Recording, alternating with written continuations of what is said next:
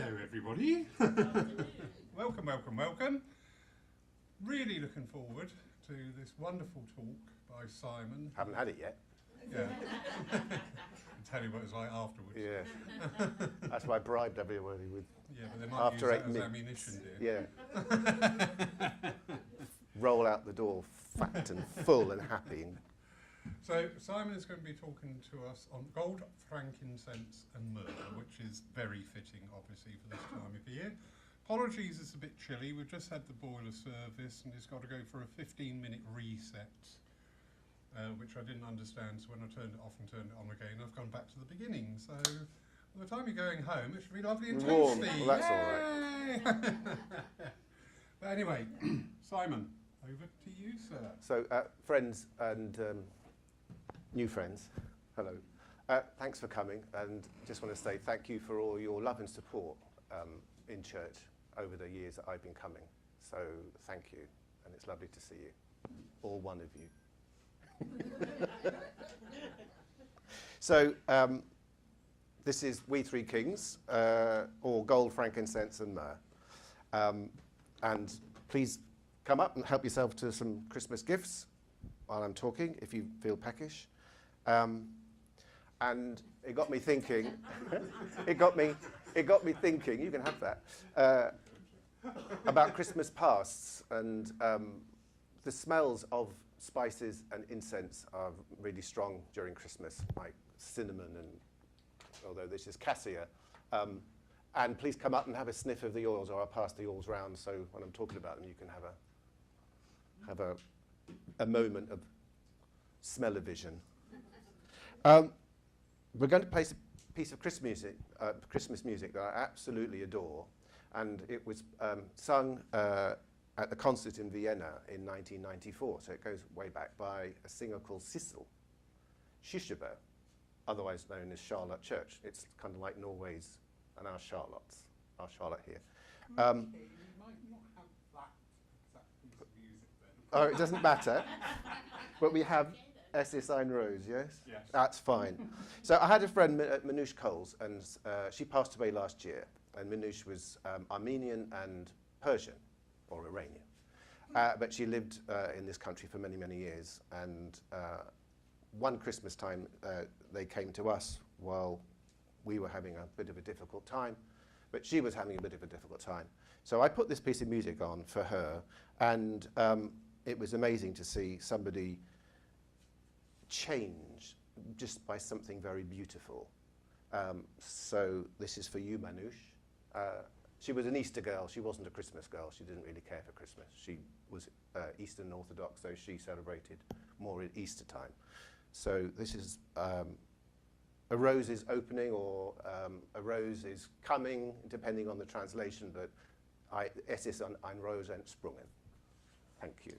And please come and have something here while you're listening to the music. And it's also as a memory to think of people who aren't here that won't be sharing Christmas with us, so we can share it with them now and send them our love.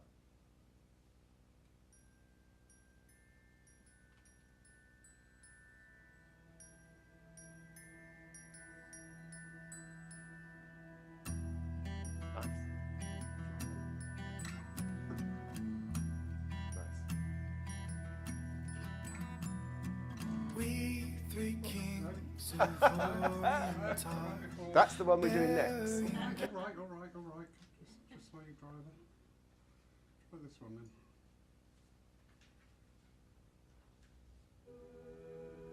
That's it.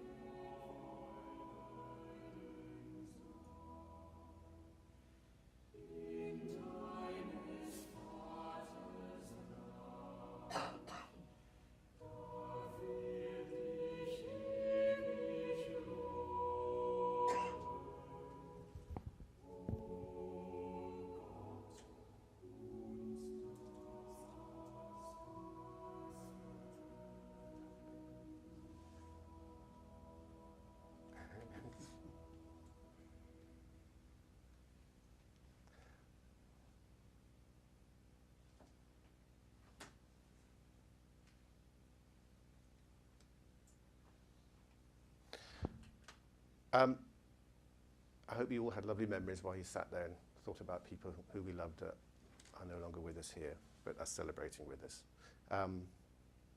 So next, also, just to get the energy up a little bit after that calmness, We Three Kings. And the reason I want to sing it is because we all think we know about the Three Kings and what happened. But in what I've been reading and looking at, it can be quite different. But again, I'm being a bit nostalgic. You mentioned it several times in church. With what's going on in the world, it's kind of lovely just to tradition and be with things. So if you'd like to join me singing We Three Kings, and then I'll get on with it. But it's a nice way to share Christmas together. Yeah. I've got to get it right this time.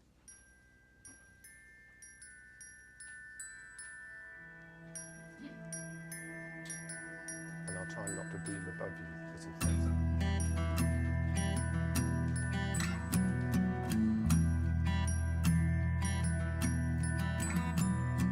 We three kings of Orient are, bearing gifts we traverse afar, field and fountain, moor and mountain, following yonder star. Oh, star of wonder, star of night, star with royal beauty bright, westward leading, still proceeding, guide us to thy perfect light.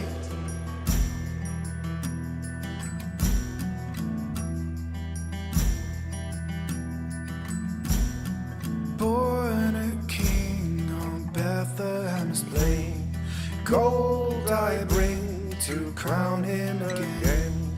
King forever, ceasing never, over us all to reign.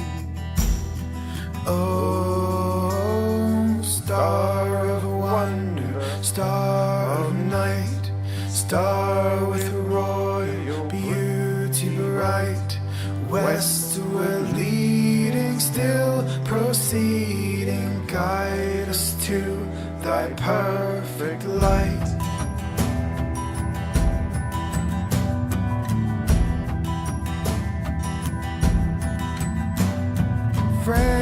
Frankincense to offer have I, incense home the deity nigh, prayer and praising, all men raising, worshiping God most high.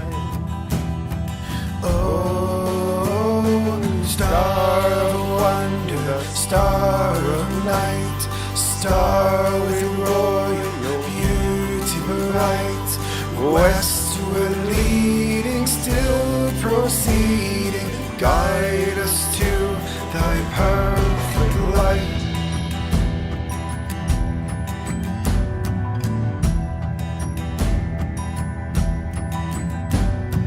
Myrrh is mine, its bitter perfume, breeze of life, of gathering gloom, sorrow sighing, bleeding, dying, sealed in the stone cold tomb.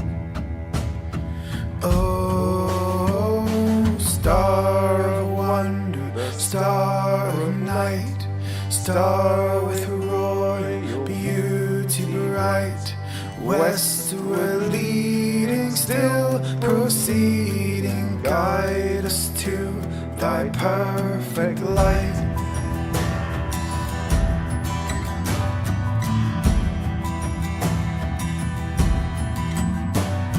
Glorious now, behold him arise, King and God and sacrifice. Alleluia, alleluia, birth to every life. Oh, star of wonder, star of night, star with royal beauty bright, westward leading, still proceeding, guide us to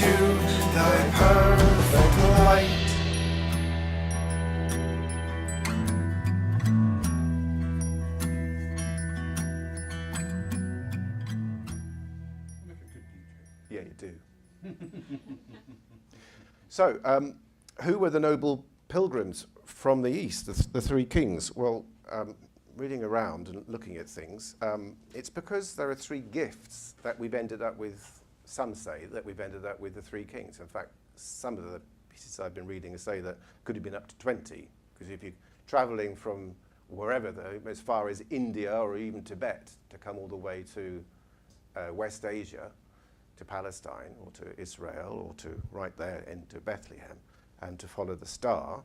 Again, that's been an interesting little journey. I'm not going to concentrate on the star bit and whether or not it was a spaceship or a comet or they were, well, because they are the noble pilgrims. I mean, we understand that they were astronomers, astrologers, physicians, holy people, royal people even. They had so much knowledge, and from what I've gathered, I think that the significance of them being magi, magicians, of people, of alchemy, of all the things that they knew and the things that I've learnt, Balthasar, Melchior and Gaspar were pretty amazing human beings with the kind of knowledge that they would have had, spiritual knowledge, healing knowledge, historical knowledge. They were obviously looking at the skies to follow the star and to get to Bethlehem. So I've always thought it would be just amazing to be in a time machine and go back and sit down with those guys and talk with them and have a drink with them, a bit like you with the mediums up in the flat. That kind of thing. And also, I've always been more aware of the three kings because I've lived in Spain for many, many years, and the Tres Reyes, the three kings arriving, is the celebration in Spain, although now, because of modern influences, they do celebrate Christmas Day or Christmas Eve, like other Europeans, but the 7th of January is the day where you give the presents. King's Day. Would you like to, while I'm talking, pass that around so we can have a sniff? This is a bottle of frankincense and myrrh. And pass those around as well. That's frankincense. That's the resin. And this is the myrrh, as you would get it out of a market in Damascus or in Bethlehem or anywhere in the Middle East. You can give it a rub with your hands if you can't get the smell of it. But it's the oils that they extract from those that become useful in topical application, and in also, if it's pure, then you can use it on your tongue or in the roof of your mouth. Not for doggies. Not for doggies. Right, he's going to check on the boiler. Did I say the 7th? It's 6th of January that we celebrate. The giving of presents is what we all know very much about Christmas, but this is the tradition that is linked with them. And I was reading something. What if this had happened before? What if the three kings had made this journey before at the birth of John the Baptist? There's an interesting one. And because it's never written down by anybody or it's been lost, maybe he was given gold, frankincense and myrrh as the royal presents, because these items, obviously gold, we all know, is incredibly expensive. It's the most expensive it's ever been in terms of financial value. But it has other uses. And I was reading that perhaps the kings wanted the gold particularly to give to the Christ child because they were in dire straits, they were incredibly poor, and they were going to have to flee.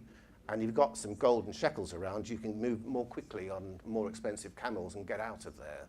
That's one reason why it's suggested that they were given these royal gifts. But frankincense and myrrh, also incredible. They're not cheap now, but they were a high luxury item for the very wealthy or for the king himself in that period.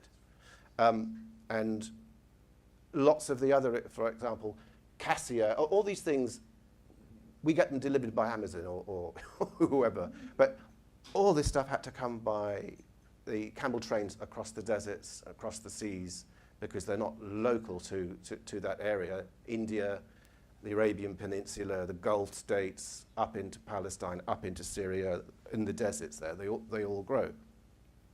The frankincense and the myrrh, or the plants, the boswellia and the myrrh. But in the end, we've come to understand with our knowledge that they were right, that they realized that they had arrived at the right place at the right time to give the gifts to the Christ child.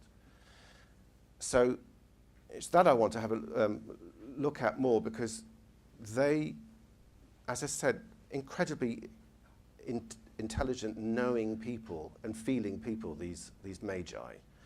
And their urgency was to welcome the Messiah.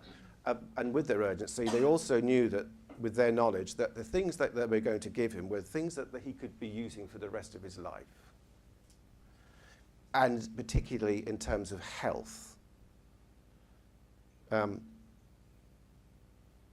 It's my feeling that with their knowledge of spirituality and supernatural abilities and medicinal qualities, all within these oils, to them they were not just great value, high money gifts, but spiritual as well as physical medicine for the soul of the Christ child, because he had a soul as well. And one of the things I've got in here, we're all familiar with, this is chocolate, by the way, but I put some gold wrapper on it. Nice bit of gold ingot worth several £1,000s, or a nice little lump of gold, nugget of gold. But also, I've got some white powder. This is bicarbonate of soda. It's not the other stuff that goes up people's noses. But it represents something called monoatomic gold. And what's monoatomic gold? Well, if you deconstruct gold and you straighten it out on the atomic level and you remove the metal part of it, that's what's left. And the extraordinary thing of new research about monoatomic gold is that it shifts between vibrational frequencies and therefore in and out of our realm and into other realms. Now, coming to church, and as we experience the miracle of mediumship and our family members coming back and speaking to us, they're in one realm, we're in this realm. We're all spirits. But this stuff... Hello, Moto. That was good timing. That's fine. Well, I switched it off, but obviously I'm not good at either than that. So, if monoatomic gold is here but not here, and spirits are here but not here, the seen and the unseen, you get to see also that if they understood that, and it wasn't a block of gold or gold coins that they gave him, but they gave him white gold or monoatomic gold, and where do you get it from? Where does gold come from? Gold comes from the universe. When a star explodes, that's when it's formed and it becomes trapped within the rocks of our planet, and eventually it comes to the surface, either washed away by water out of the rocks, or we dig it out of the ground at great expense to get it. But also it appears in the deserts as a fine white film or crust that you can collect, and you can eat it. And when you eat it, I have read that because of its extraordinary, it's in one long strand, and so the reason it's so good for healing, and people take it and swear that their illnesses, their itises that we all have at our ages, disappear and dwindle away, and they feel more energy and more life. And it's because that it has the ability to wrap itself or intertwine itself with our DNA, and that's been proven in the laboratory. This is what this amazing material can do. And going further back in the Old Testament, where Moses had to hightail it out and go off into the desert, I did write down that, what's her name, lovely lady? Here we go. Oh, yes.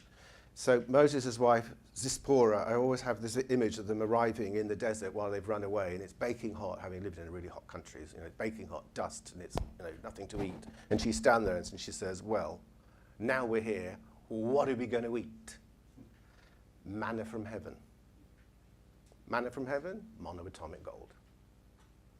And how is it that they manage to sustain themselves for so many years out in the desert with very little to eat?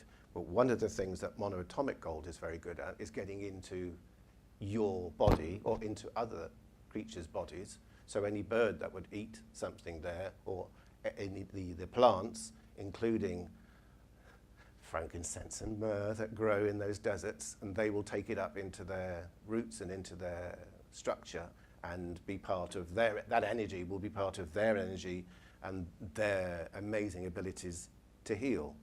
So the gold that they handed, I think, is probably more like manna from heaven. That's what they could have given it, or a combination of both. Frankincense and myrrh were well known then and even before this period in history for being, basically you're looking at A&E in those two bowls. The ability that both have to wipe out bacteria and viruses is just incredible. The ability to calm down raging inflammation. When we get an injury, if we've got, like, I don't know, I've got bad shoulders, I've got bad back and everything down, I've got crumbling spine down here. So when you're not well, then the inflammation kicks off all kinds of chemicals that you don't, at the moment of injury, you need to help you to get away from somewhere and get yourself safe. But if that becomes chronic, those chemicals are always released in your body and they start to cause more and more problems. And both frankincense and myrrh, they both have the ability to remove those chemicals out of your body as well as calming you down. So it's not just the fact that it sort of has an ability to sort of be a painkiller in the joint. It actually is helping the body to remove these things that are helpful for the body at the initial stage of damage, but later on they're not. And that's another miracle part of frankincense and myrrh, that they both have these abilities. And you can do combinations of frankincense and myrrh, like the oil you will smelt, that's a mix. I've got skin cancers from being in the tropics, so I just put the frankincense and myrrh on, and then 2 days later they just fall off. That's how strong it is. That's neat oil. Some people would prefer to use it in a containing oil, so you would soften that down. But and my partner, he also has skin cancers, and along with another desert plant, having tried to get rid of the very bad big ones on his hands, and failing to get them off with the cream that he was given from the doctor, it just didn't work. So we've almost got rid of them by doing a combination of the frankincense and oleander, which is another desert plant, but it's more powerful against killing cancers. It's used for cancers that way.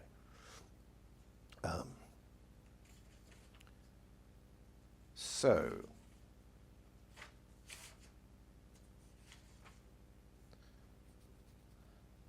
the other thing about gold is it's also used in medicine, and they use it along with silver as a bacterial barrier. As you may have seen those in on colds, on open wounds and sores that won't heal.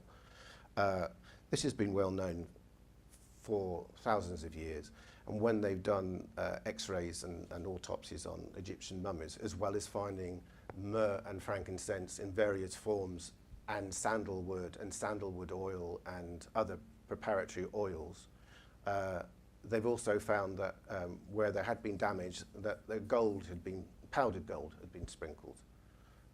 And the high-value gladiators as well, if in the gladiatorial ring, if they got a really nasty slice across them, they would also have used frankincense and myrrh, but also they would have put gold in it, or maybe the manna gold. I don't know. Another name for monoatomic gold, which you will find in the Bible, is ormus. Anybody heard that? Yeah.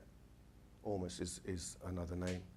There has been a huge amount of controversy and arguments over whether or not it actually exists. But from the research I've found that people are saying, no, this is real and it's quite extraordinary. Physicists in the quantum field are investigating ORMUS, or monatomic gold. You can go online, you can find it, but again, you've got to be really, really careful, like everything these days. That is it safe? Is it safe to take? Where's it come from? How it's prepared? To make it industrially, they have to use huge temperatures and all kinds of acids and things. Again, just going back to the alchemy times, where they thought that they could reduce everything down and eventually find gold.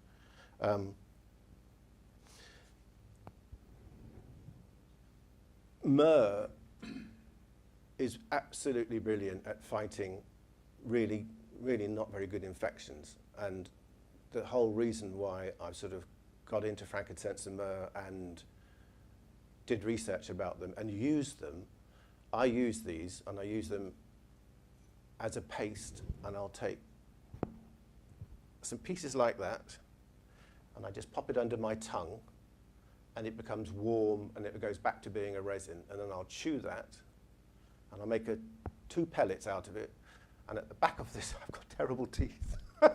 Happens when you get older. And I have a wisdom tooth that can't come out, and it's come in sideways, but it's made a side pocket which you can imagine gets food in and gets infected, and I can have a really bad time. So what I do, I make that, I put that paste in there, blocks it off, it kills every and all, anything in the black hole or Calcutta, finished. No pain, no infection, no soreness, and a cleaner breath, because it's not very nice. I have another bad tooth on this side. So bad that there was a day where if you've experienced the rottenness of miserable toothache, and it gets into your ear and behind your eye, and you think you want to die, and going to casualty here in Poole, and very unhelpful. No, you need to go and see a doctor. We cannot prescribe any antibiotic for you. And it got to the point where I thought, I don't know what I'm going to do. I'm going to either get my partner to pull it out with pliers, or I've got to do something with it. So this is when I did a bit more reading, and that was the first time that I made that little paste and chewed it together and put it on top and all around this tooth.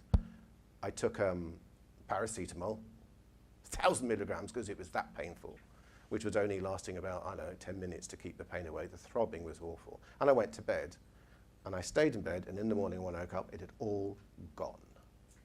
Nothing. Absolutely nothing. It was, I think, in a sense, a miracle. Because the only other way to get rid of it, when I had it before, was an antibiotic called metronidazole, which is really, really strong, if you've had that. So it's the equivalent of metronidazole in its ability to kill things off.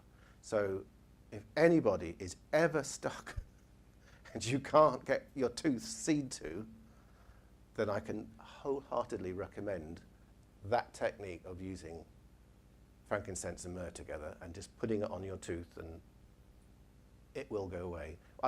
In the past, we all know about putting clove oil or chili oil and stuff like that. That's like sort of a 1 compared to this, like I say, being resinous A&E. It's a miracle stuff. It really, really is. And I couldn't recommend it higher than anything. Of course, I'm not a doctor, don't pretend to be a doctor. I'm very interested in health things and plants particularly, and their abilities to help us. There's a lot of research going on with myrrh for arthritis, both types. And again, because its ability to clean out these chemicals that the body releases with inflammation, it appears to be the stronger one at being able to do that. But also, there are doctors, I was reading recently in the United States, that are prescribing frankincense oil for people with IBS and chronic bowel problems. And it has these abilities. Again, it's dealing with the inflammation. It's also killing off whatever might be causing the bacterial infection if you've got an ulcerated gut. But also it really has these abilities to even help with bonding and stitching of things together. Yeah, that's why it's really good on after you've had a wound to use the oil around it, and then when it's nice and sealed off, it's not open, although it wouldn't hurt to go in. Wound healing seems to be double time again, so it's really worth using for that. I've used it again on wounds and burns. It was good, for a burn that's calming down, but again, it also seems to be help to save the skin rather than all peeling off.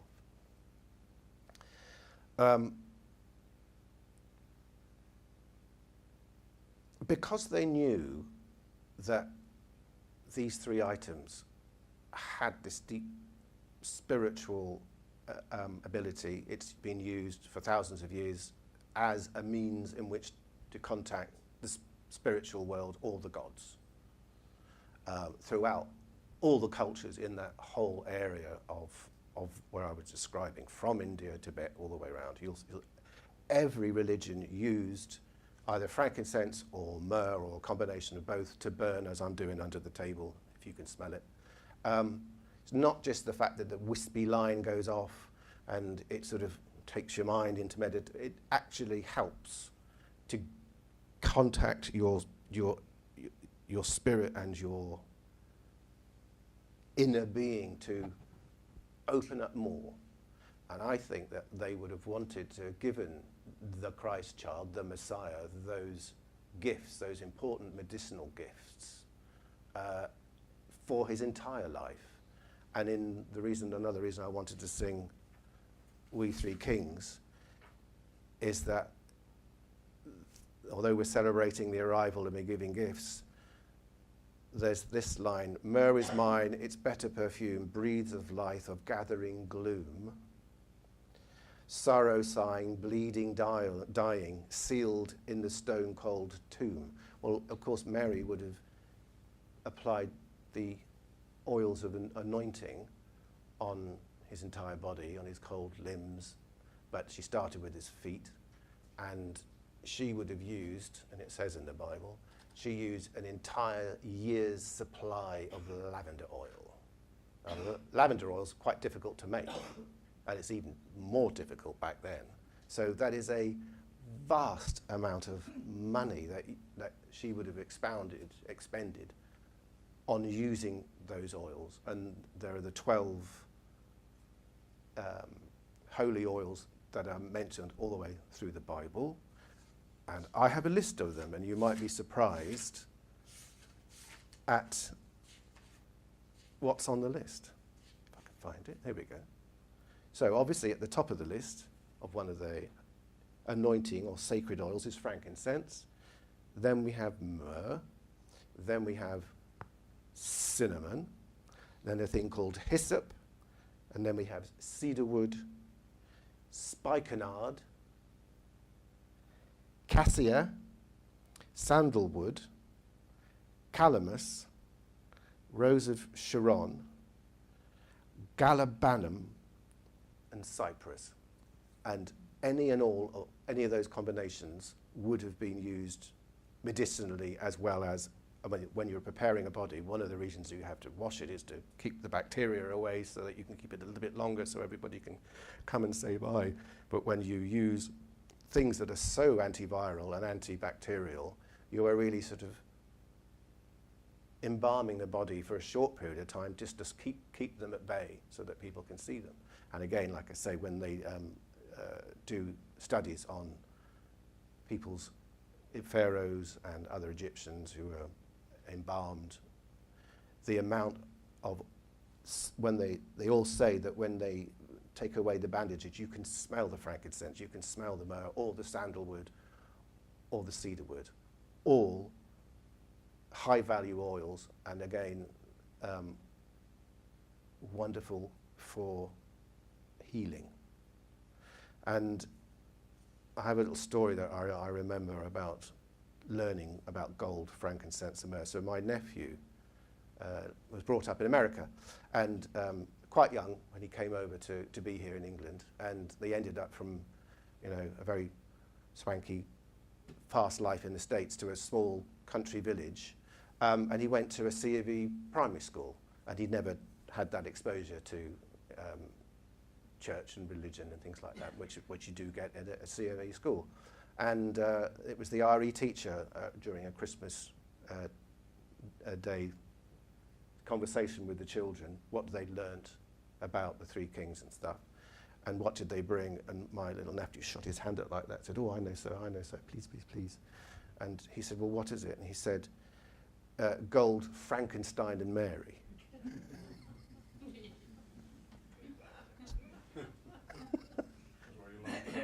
Yes, that's why I laughed. Gold, Frankenstein and Mary. What else have I learned?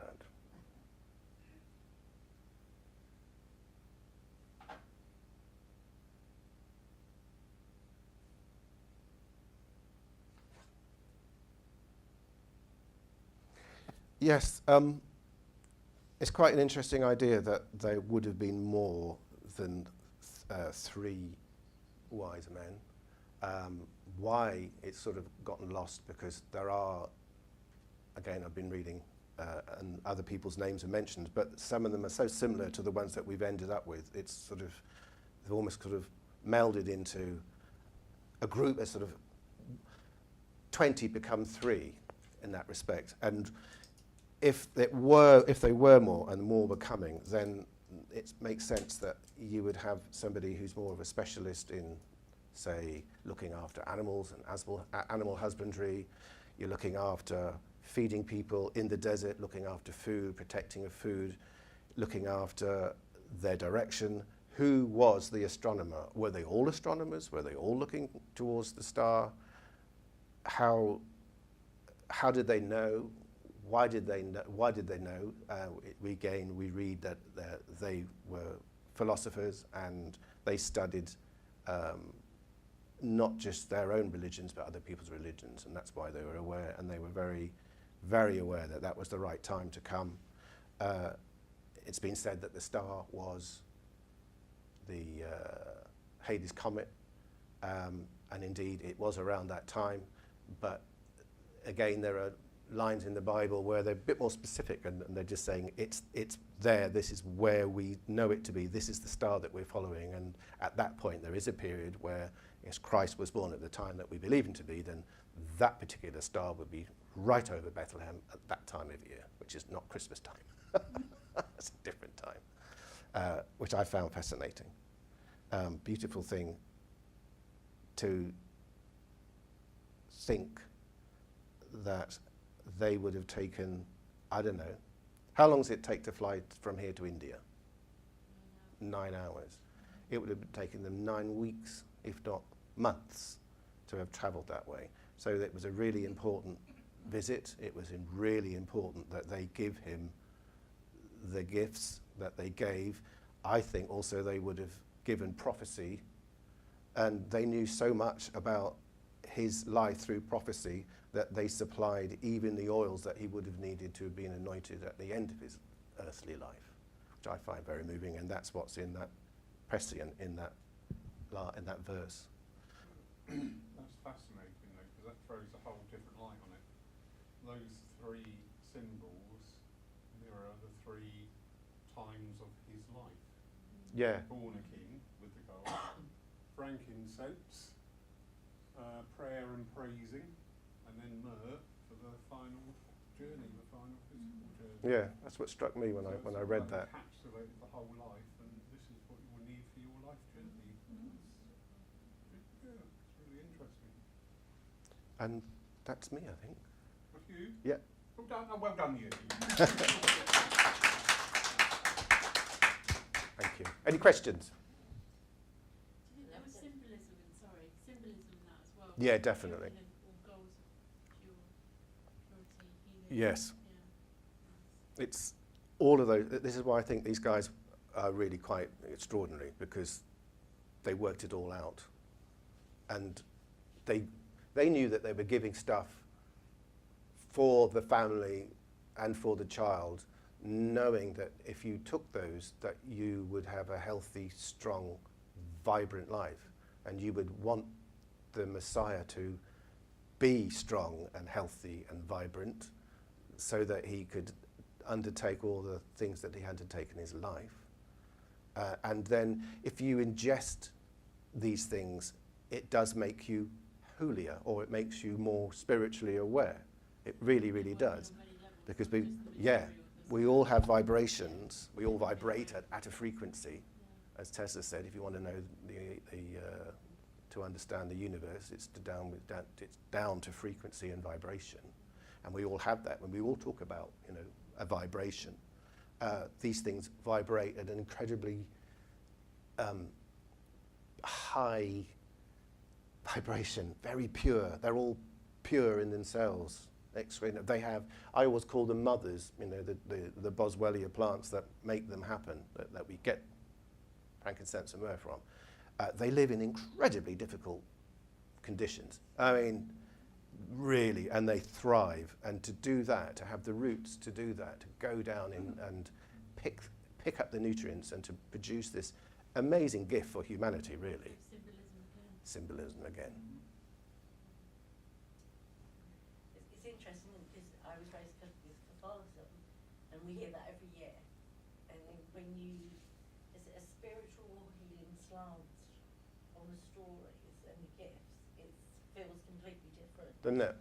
It feels more real with the way you've spoken and talked about it for me. And it struck me also as being much more loving. Yeah, absolutely. That these guys loved what they were doing and loved him, what he was going to be. Yeah. This is what you need. We need you to have these things. Yes. Anybody else? So, if you're going to use it for wounds, would they make it into a paste? Grind it down and make it into a paste? Or Yeah, just it's- put it on as a paste? They're very difficult to grind down. So to grind it into a powder, you have to freeze it, and you have to freeze your pestle mortar. And don't do it for too long, because as soon as the resins warm up, then they'll stick to the side of the thingy, and you can't get them off. So they crush it up differently for doing it for commercial reasons. But you just need to look online, and it should tell you what it is always on the label. It should tell you that it's Boswellia serrata or one of the other Boswellia. And then it's food grade or high grade. Words like that are really important. Like I say, if people have a nervous disposition, and I do, boo, yeah, I do. The cat came round the bloody corner when I was doing the laundry yesterday, and I jumped out of my skin. This stuff is incredibly calming. Again, the energy that it gives off is a very calming energy, and psychiatrists practicing in the States are now doing tests and prescribing this to people instead of the tranquilizers that they give them. And it does have, I noticed the first time with this raging tooth, and then the miracle the next morning where there was no pain and it wasn't throbbing, and wow. But at the same time, I had the most extraordinary sleep. Beautiful dreams of connecting with spirit. Memorable, that is not a dream. It's that. So I think I've had evidence of also that on the spiritual side, it's spiritual medicine. It's beautiful, beautiful gift from God. Makes you wonder what we've done with our lives, isn't it? We say we're advanced, we have all these technologies, and we're meant to be civilized, but surely they're more civilized back then. We've handed our power over, haven't we? The biomedical,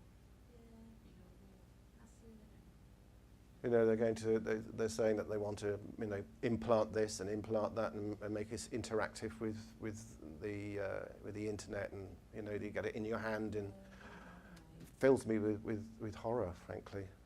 I much prefer the beauty and simplicity of plant medicines, and it's getting harder and harder to access them. Unfortunately now, across our friends in Europe, the new laws are coming in that make it illegal even to say things like this on the internet. You won't be able to say them. You won't be able to sell them. And they really mean it. So the fines that you get, if I said this, you know, go and buy this, is really good and it'll cure you forever and ever and ever. And if they take and to say that you've broken the rules that we've now created in the European Parliament, that's a £7,000 fine. And if you do it again, it's doubled and it keeps doubling and you are taken off the internet, stuff like that. So the medicines are getting more and more controlled, more and more to do about money and less to do about healing and health and happiness, from my perspective. That's I think that would be a interesting. whole different question. That is a whole Yeah. different conversation. That would Yeah. if you ask the question. But that's interesting. This morning we were having conversations, a group of us, about rehab and introducing the holistic side into rehab, which looks like it's going to happen, which is, but yeah. Yeah. And in rehab, again, people are using or being prescribed distillates from certain plants that produce tryptophan, which is also used it's one of the chemicals that cultures use to access the spirit world. You may have heard of people doing ayahuasca, and they do that, and everybody say that they have a really scary, rough time, and then they have this beautiful, enlightening moment.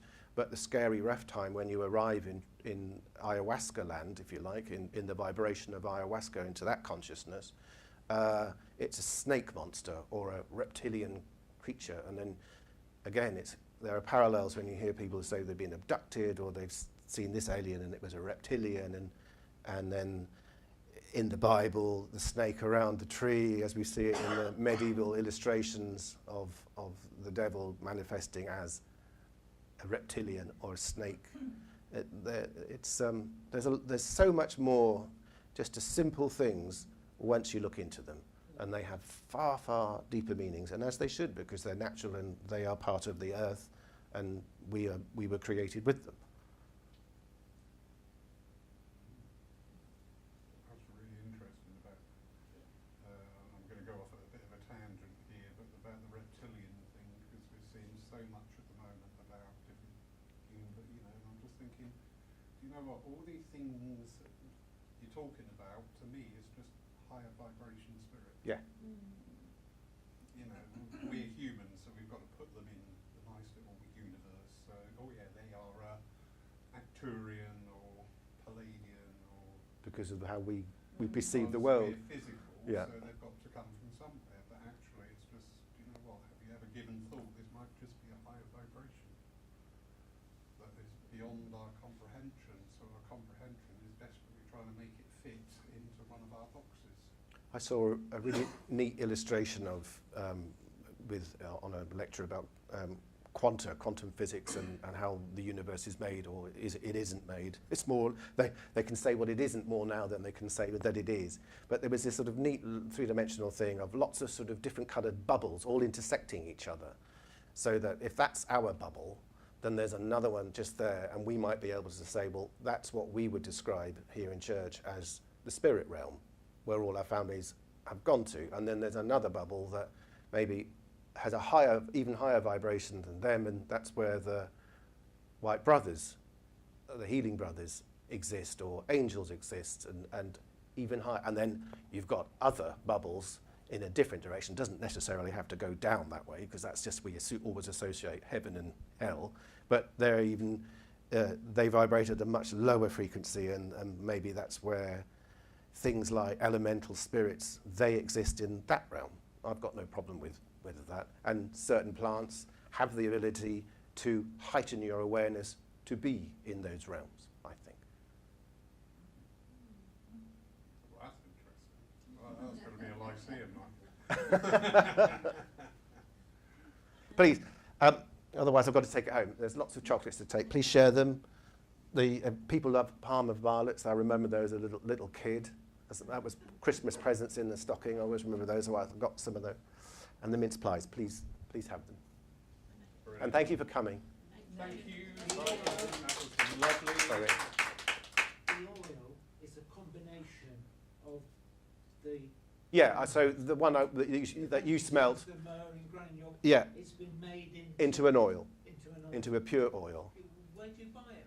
So you can, online's the best place, and like I say, you just got to look, online, it's the best place for it. You can go to Holland and Barrett health food shops, but They have it, do they have it, but it's a much lower strength, lower grade. Yeah, it's not as strong, not as pure. You want to see the words pure. You want to look up the always with these things. Look up the company. Who are the people that are selling it, just to be absolutely sure you're getting top quality stuff. Can I ask then on that note is, if it's too pure, is that detrimental? Or you just take it in very much lower dosage? You can take them in dosages. You can buy them in capsule form as well. Right. People who are prescribed it with their arthritic problems, whether it be osteo or rheumatoid, so many people report that they've stopped, they've chucked away their pills that don't seem to be working, or just keep them crumbling along, but don't do anything better for them. That's what a lot of people say. Okay, my pain is killed, and my joints don't swell up as much as they used to, and they're not as painful as they used to, but it's not going away.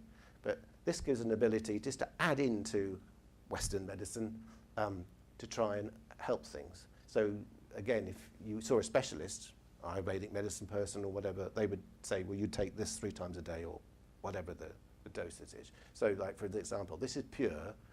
If you were doing like aromatherapy, then you would mix that with an almond oil or a neutral oil, so it's not so strong, and you give a treatment. Like I say, I've got skin cancers, so I just I'll do it now, and it's just show you how easy it is. So I've got oil on there, and I've got a patch here, and it reds up a little bit, and then tomorrow it'll all be crusty, and then the next day I'll wake up and on the pillow is a neat little dead cancer. Cancer killer.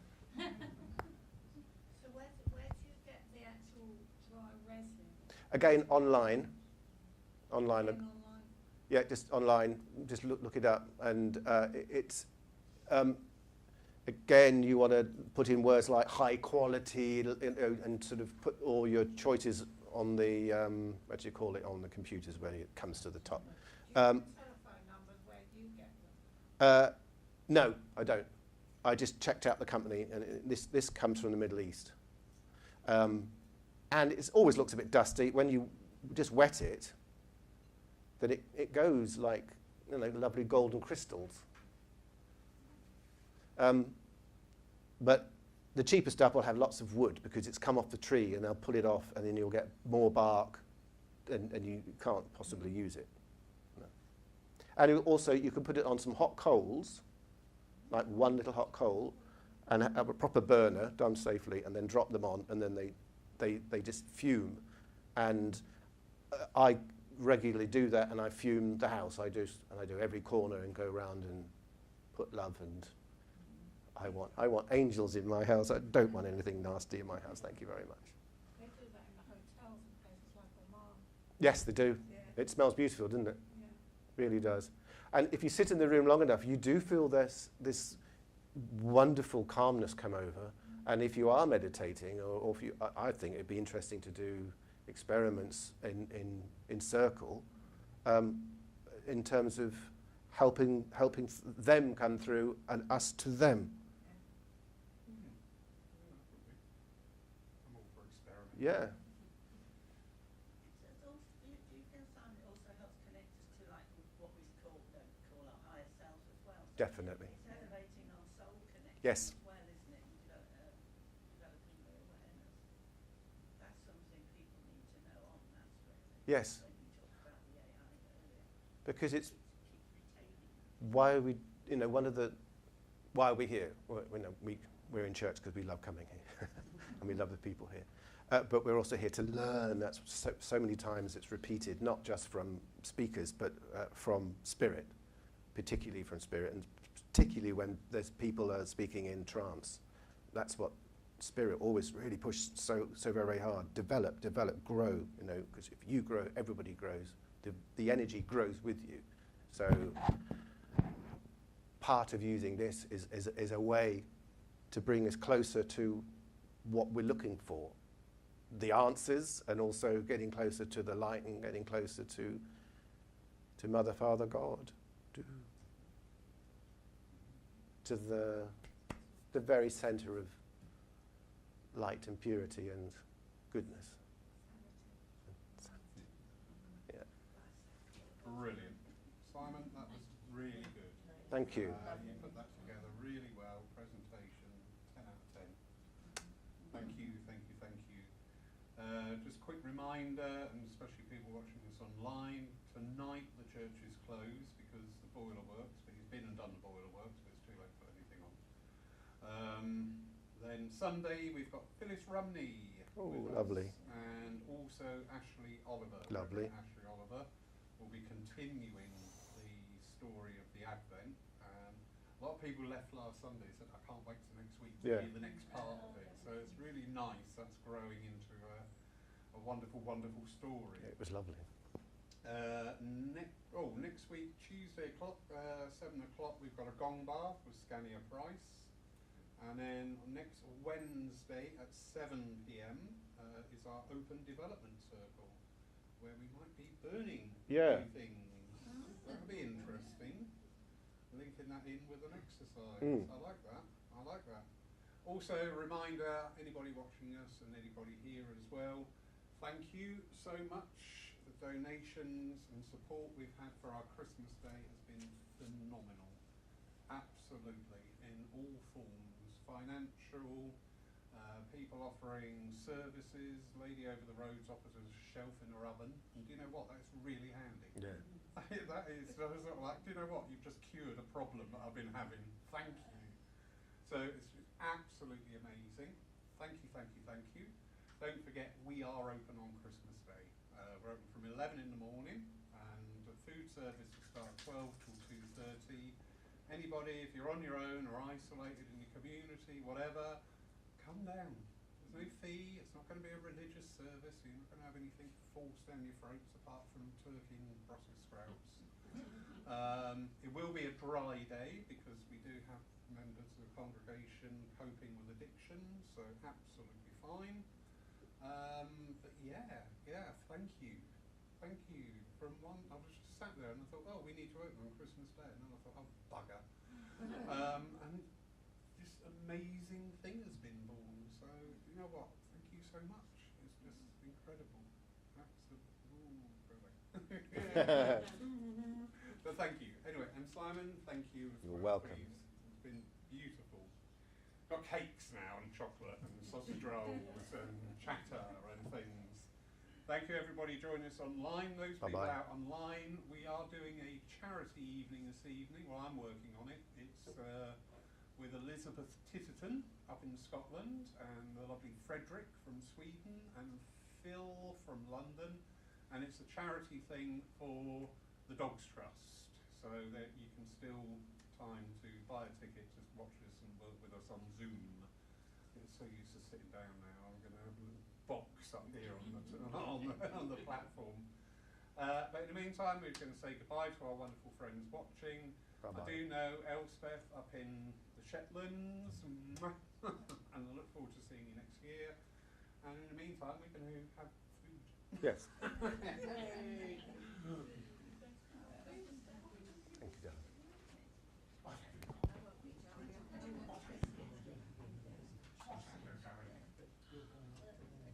Especially the dog. Go on, that.